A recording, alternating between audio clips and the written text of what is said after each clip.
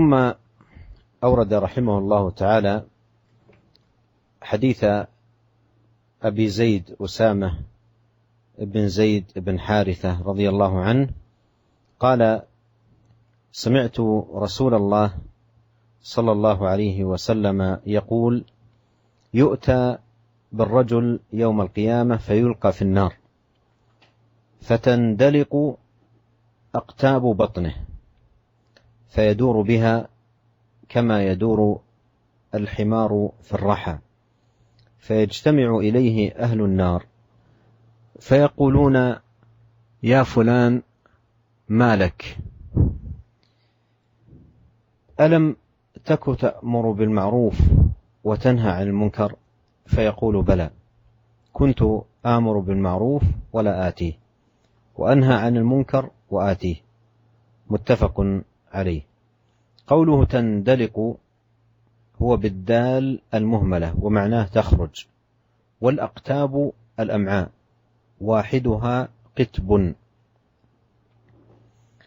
والرحى حجر الطاحون الذي يوضع فيه الدقيق ويدار.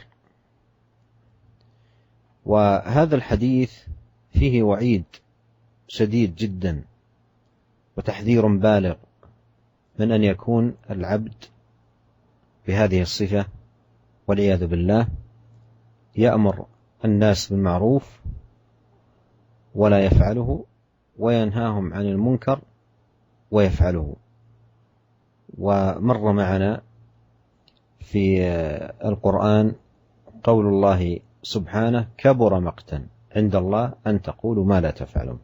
وهنا ذكر للعقوبة في هذا الحديث، ذكر للعقوبة لمن كان بهذه الصفة.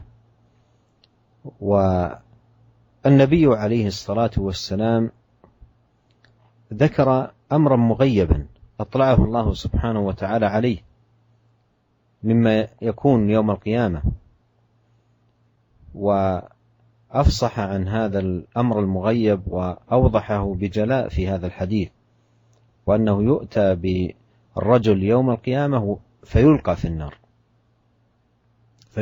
النار، حتى إنه عندما يلقى في النار تندلق أقتاب بطنه، أي تخرج أمعاء بطنه، ثم يدار به في النار كما يدور الحمار في الرحى، فيجتمع إليه أهل النار فيقولون: يا فلان ما لك؟ يعني ما السبب؟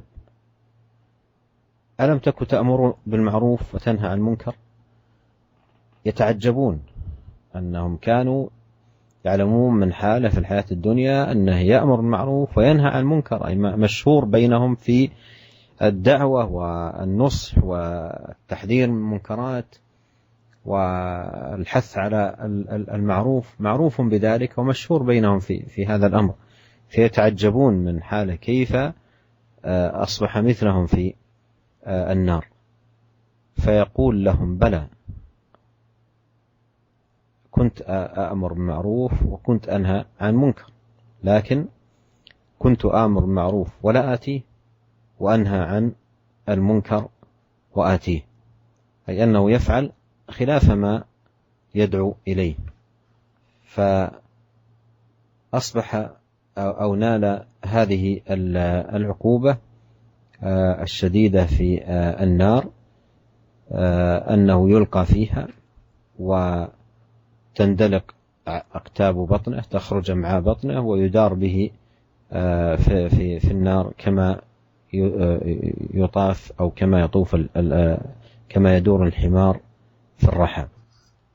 Para pendengar yang dirahmati oleh Allah Subhanahu wa taala, kemudian Al-Imam Nawawi rahimahullah membawakan sebuah hadis dari sahabat Abu Zaid Usamah bin Zaid bin Harithah radhiyallahu taala anhuma.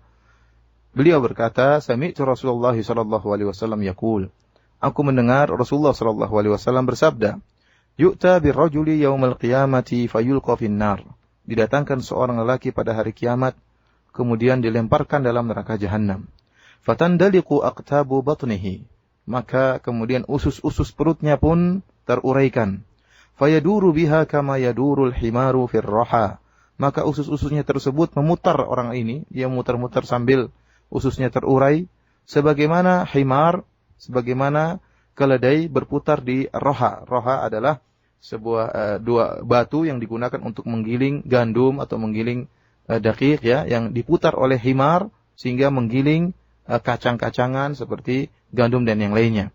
Maka orang ini berputar-putar seperti himar yang memutar alat penggiling tadi. Fayajtami'u ilaihi ahlun nar fayaqulun ma ya fulan malak.